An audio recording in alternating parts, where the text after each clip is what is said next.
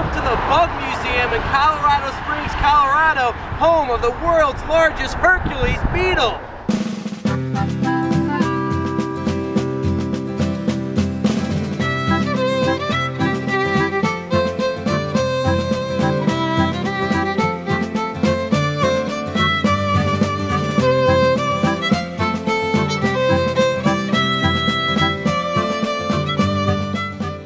This is Mr. Baker and I'm with Carrie at the Insect Museum in Colorado.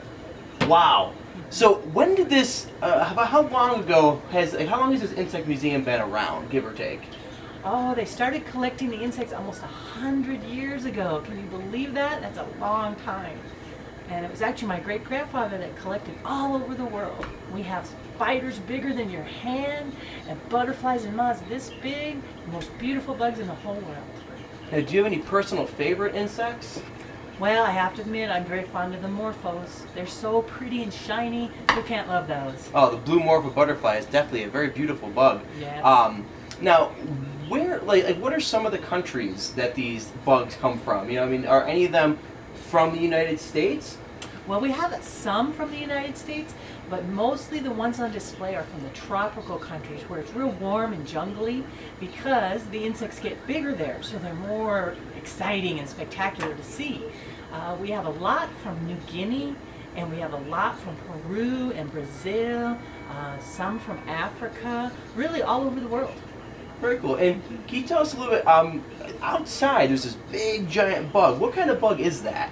That's called a Hercules beetle because it's one of the biggest, strongest bugs in the whole world. Oh, like the mighty Hercules himself. Exactly. And where did that come from?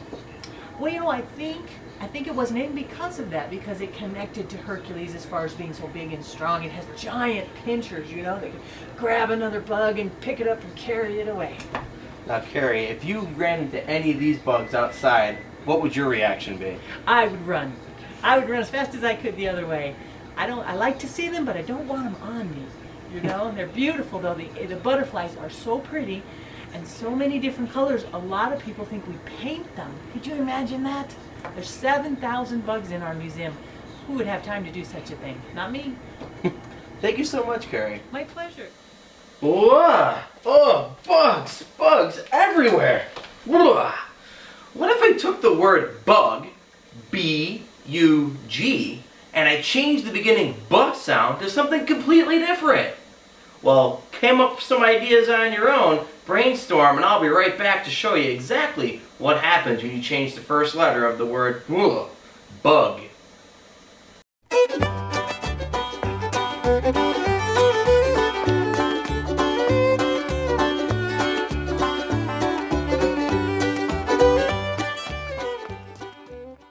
So you got some great ideas? Awesome! Can't wait to hear them. Now what if I take the letter B, get rid of it, and instead of having the B-ug, what if I put the letter M in front of it? What do you get? Mug! Ha-ha! That's right, mug! Oh, I love drinking out of my mug. What if I put the letter J in front of it? What will I get? Jug. Ah! Yes. Mmm. Delicious. Right there, a jug of milk. Whew, gotta love that. Now what if I changed it to the letter H? What would happen? Hug. Oh, it's my dog Gizmo giving me a nice hug. Oh, Gizmo. Mwah. Love you. Now, I love my dog, but let's do one more. What would happen if I got a shovel? What word am I thinking of? Dog. Hey, it's a shovel like I asked for. That means that I must have just dug something. Alright, well, back to the Bug Museum. We're going to be seeing lots of ridiculous, gross, disgusting, icky, nasty, creepy, crawly bugs.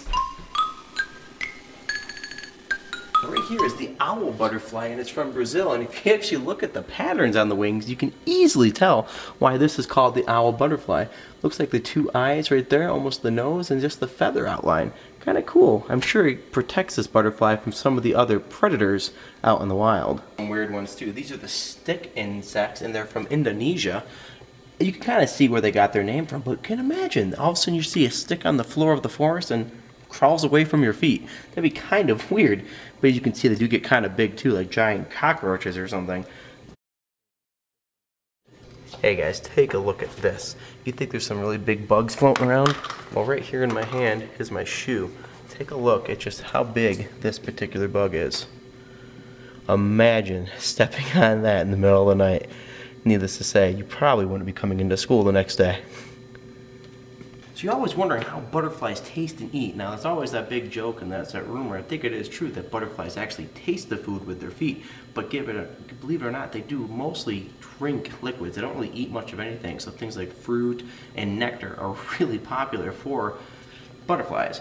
Now when you're going to eat, or drink I should say, juice, what are you usually going to use? A straw, absolutely. Well, butterflies have this natural straw. Take a look at this. This right here is a tube that's underneath their proboscis, which is actually a really fancy way of saying nose. And this long tube is normally rolled up underneath. But here it is for all to see how long it could really be. That is crazy. Now behind me are a bunch of these insects that are called arachnids. Now, do you know what the word arachnid actually means?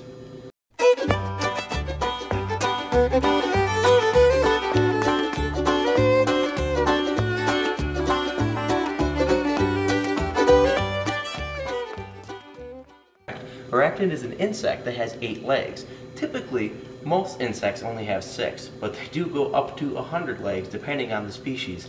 Now in this case, as I said, are some arachnids. Now these are not your spiders that you're going to see floating around your house. I hope not anyway. These are some really gigantic tarantulas, wolf spiders, and they come from all over the country. Now this one right here, to give you an idea of just how big this tarantula is, right here, if you can see it, is an actual hummingbird that was attacked and taken down by the tarantula.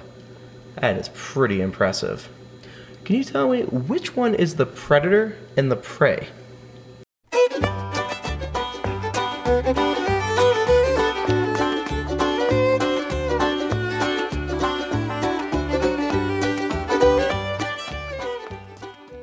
If you guess that the predator is the tarantula and the prey is the hummingbird, you'd be 100% correct. Because remember, predator means that they attack and do the hunting.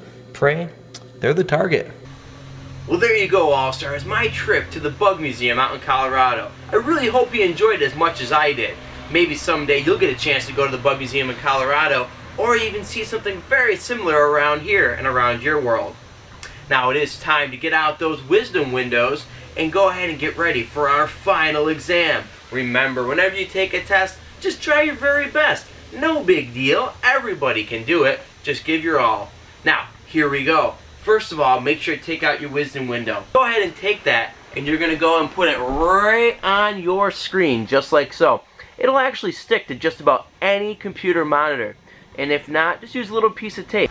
Alright, now that you have your wisdom window in place right on your computer monitor, go ahead and take out your marker and get ready to take your test. Now, all you have to do is, once you read the questions, just go ahead and hit the pause button right on the bottom of the screen. Right over here. Once you do that, the video will freeze. When you are ready to check your answers, go ahead and hit the play button, same spot, and you'll see the answers. Well, good luck, All-Stars, and I'll see you next week on the All-Star Report.